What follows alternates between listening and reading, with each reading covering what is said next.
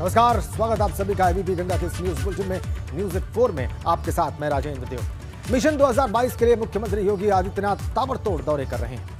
रामपुर का दौरा करने से पहले सीएम योगी ने शामली का दौरा किया। इस दौरान मुख्यमंत्री ने पीएम कैंप का शिलान्यास किया, साथ ही करोड़ों रुपए की परियोजनाओं का लोकार्पण और शिलान्यास किया। इस दौरान सीएम योगी ने दंगा करने वाले और यहां लोगों, खासकर व्यापारियों को डरा धमकाकर पलायन के लिए मजबूर करने वाले को सख्त चेतावनी दी। उन्होंने कहा कि मुजफ्फरनगर का दंगा रहा हो या कैराना का पलायन, हमारे लिए चुनावी मुद्दा नहीं है, बल्कि हमारे लिए लोगों की सुरक्षा अहम है। और अगर किसी माफिया, दंगाई या गुंडे ने व्यापारी पर गोली चलाई तो वो गोली व्यापारी पर तो नहीं लगेगी, उल्टी गुंडे के सीने में जरूर लगेगी।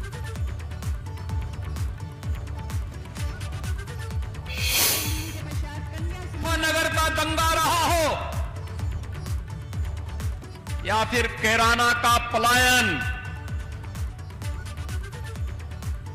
ये हमारे लिए राजनीतिक मुद्दा नहीं,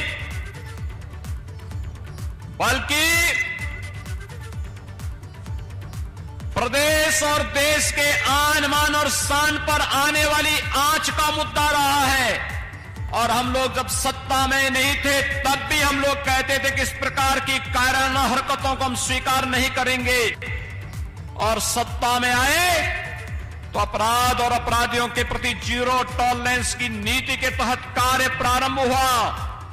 कभी कैराना कस्बे में यहां के व्यापारी और यहां के नागरिकों को पलायन करने के लिए मजबूर करने वाले अपराधी, आपने विगत 4.5 वर्ष के अंदर देखा होगा, स्वयं पलायन करने के लिए मजबूर हो गए। 2017 के पहले जो व्यापारी चले गए थे, पलायन कर गए थे, जिन लोगों ने भय और दहशत के माहौल में यहां से पलायन किया था, आज वे वापस आए हैं और उनको व्यापार में तेजी के साथ उन्होंने निवेश करके व्यापार को अपना बढ़ाया है। मैं उन सब का अभिनंदन करता हूं। और मुख्यमंत्री योगी ने इसी जनसभा में परिवारवाद को मुद्दा बनाकर कैसे विपक्ष पर प्रहार किया, आपको वो दिखाते हैं। पहले सरकारें चलती थी अपने लिए, अपने परिवार के लिए, अपने खानदान के लिए। नौकरी भी लगती थी चेहरा देखकर, पैसा देखकर। आज तो जब शामली और मुजफ्फरनगर के जवान भी उत्तर प्रदेश पुलिस में भर्ती होते हैं और शिक्षकों की भर्ती में उनका भी स्थान होता है, तो मुझे सचमुच प्रसन्नता होती है कि पहले इन नौजवानों को झूठे मुकदमों में फंसा करके इनकी जिंदगी को तबाह करने का कार्य होता था। तो शामली में जनसभा को संबोधित करने से पहले मुख्यमंत्री योगी आदित्यनाथ आज कैराना में पलायन से वापस लौटे पीड़ित परिवारों से उनके घर पर मिले।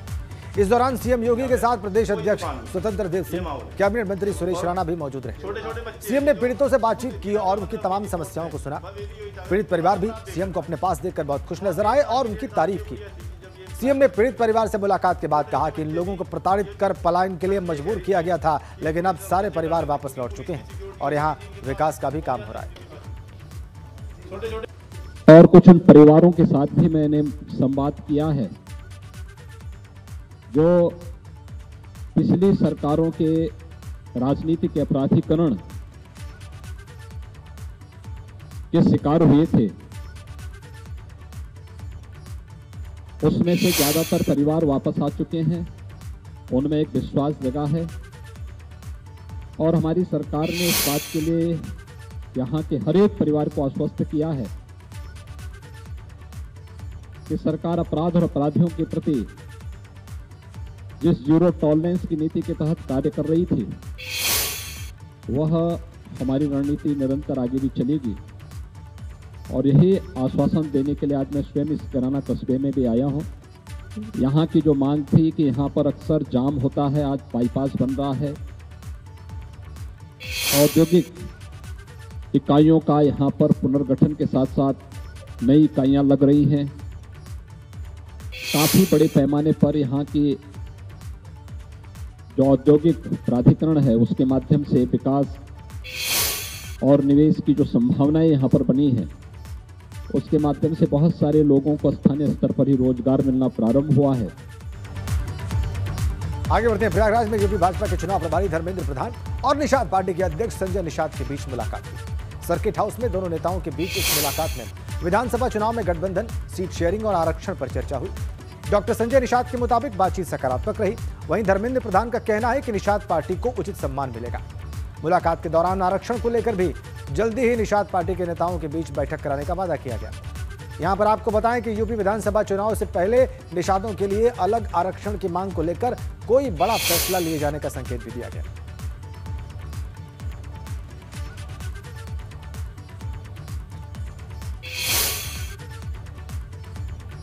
इधर लखीमपुर खीरी में 8 लोगों की मौत के मामले में सुप्रीम कोर्ट में सुनवाई हुई, जहां सुप्रीम कोर्ट ने नाराजगी जाहिर की। दरअसल यूपी सरकार की ओर से जो नई स्टेटस रिपोर्ट दाखिल की गई, उस पर सुप्रीम कोर्ट ने कहा कि स्टेटस रिपोर्ट में कुछ भी नया नहीं है, जैसे कि हम उम्मीद कर रहे थे। सुप्रीम कोर्ट ने पूछा कि आशीष मिश्रा का सेलफोन कहां था, जबकि दूसरे आरोपियों के सेलफोन की लोकेशन कहां। सुप्रीम कोर्ट ने कहा कि सरकार निष्पक्ष जांच करे और जज निगरानी करें। मामले में 12 नवंबर को अगली सुनवाई होगी। यूपी सरकार की रिपोर्ट में आशीष के सेलफोन की लोकेशन के बारे में भी बताया गया है। और आपको बताएं कि पिछली सुनवाई में सुप्रीम कोर्ट ने यूपी सरकार की स्टेटस रिपोर्ट पर असंतोष जाहिर किया था।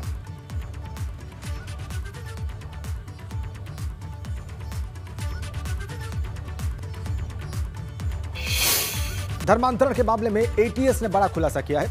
एटीएस के मुताबिक इनके तार अलकायदा से जुड़ रहे हैं। उन्हें महाराष्ट्र के एडम और कौसर आलम से संदिग्ध दस्तावेज भी मिले हैं, जिसके अलकायदा जैसे आतंकी संगठन से संबंध जुड़ सकते हैं। इस बीच आतंकी कनेक्शन सामने आने पर खुफिया एजेंसी सतर्क हो गई।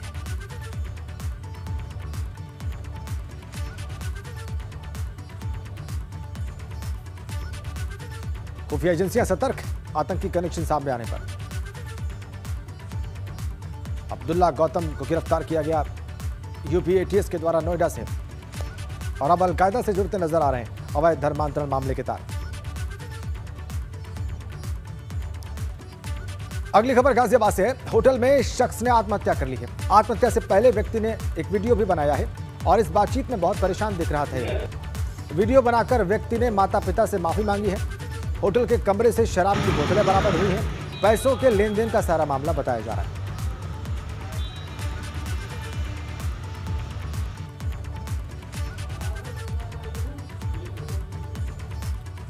सहारनपुर कोतवाली क्षेत्र के नूर बस्ती में एक युवक ने दूसरे की गला रेत कर हत्या कर दी। मृतक का नाम मोहम्मद कैसर अली है।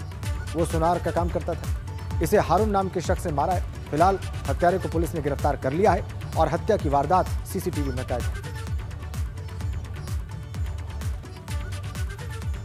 यूपी विधानसभा चुनाव को लेकर आखिर कैसी सियासी बयार बह रही है, लोग क्या सोच रहे हैं, लोग किन बातों पर चर्चा कर रहे हैं, उनके मुद्दे क्या हैं, ये समझने के लिए ये जानना जरूरी है कि आखिर क्या चल रहा है।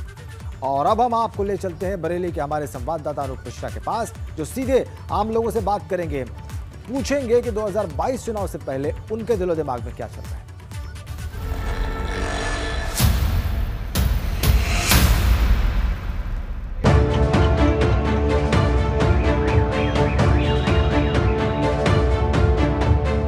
होने वाले उत्तर प्रदेश के विधानसभा चुनाव में आखिर क्या चल रहा है, क्या हो रहा है, उसको देखते हुए हम चाय पर चर्चा करने को निकले हैं। और इस वक्त हम मौजूद हैं बरेली जनपद न्यायालय के पास में, और यहाँ पर तमाम बुद्धिजीवी लोग यहाँ मौजूद हैं। यहाँ पे तमाम वकील मौजूद हैं और तमाम यहाँ पर लोग हैं। उनसे बात करेंगे कि आखिर क्या चल रहा है, यूपी में आखिर क्या होने वाला है। भाई साहब जानना चाहेंगे क्या चल रहा है राजनीति में। भाई देखिए, यूपी में अभी चुनाव लगभग फरवरी मार्च में होने वाला है। अब ऐसी स्थिति में जो योजनाएं हैं वो बहुत सारी योजनाएं यूपी गवर्नमेंट ने, योगी जी ने निकाली हुई हैं, मोदी जी ने भी निकाली हुई हैं। उन योजनाओं का जनता तक बढ़िया लाभ पहुंच रहा है। और बाकी समाजवादी, बसपा और कांग्रेस भी अपने अपने हिसाब से लगी हुई हैं। अब जनता जो है क्या करती है ये तो वक्त बताएगा। महंगाई एक बड़ा मुद्दा है, लेकिन पेट्रोल डीजल के दामों में सरकार ने कटौती की है। उसके बाद खाद्य सामग्री जो सरसों का तेल है वो भी सस्ता हुआ है।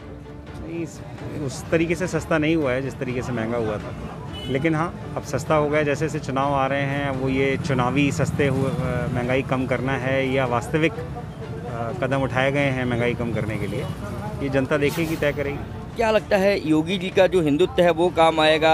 अयोध्या में जिस तरीके से दिवाली मनाई जा रही है और तमाम जो हिंदुओं के बड़े त्यौहार हैं उनको बड़ा अच्छे तरीके से मनाया जा रहा है। हाँ, कहीं ना कहीं राजनीतिक फ़ायदा उठाने के लिए ये काम किया जा रहा है और काम आएगा ये।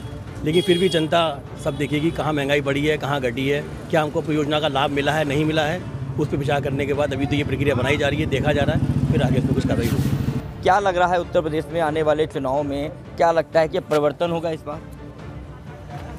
देखिए, पूरी तरीके से तो ये कहा नहीं जा सकता है। चुनाव जनता जनार्दन जैसे चुन के अपनी इच्छा से मुताबिक सरकार को लाएगी, उनके मुताबिक, और सरकार जो कार्य करेगी उस हिसाब से देखा जाएगा। वर्तमान में तो अभी लगता है कि कुल मिला के ठीक ही चल रहा है। आपसे जानना चाहेंगे भाई साहब, क्या लगता है महंगाई बहुत ज़्यादा है लेकिन उस पर कंट्रोल करने की कहीं ना कहीं शुरुआत हुई है। पेट्रोल डीजल के दाम कम किए गए, इसके बाद सरसों के तेल के दाम भी कम हुए, तो लगता है इन सब चीज़ों का फ़ायदा आने वाली सरकार को, उत्तर प्रदेश की जो योगी सरकार है उसको मिलेगा? नहीं, किसी सरकार को नहीं मिलेगा। महंगाई कांग्रेस की हो, भाजपा की हो, सपा की,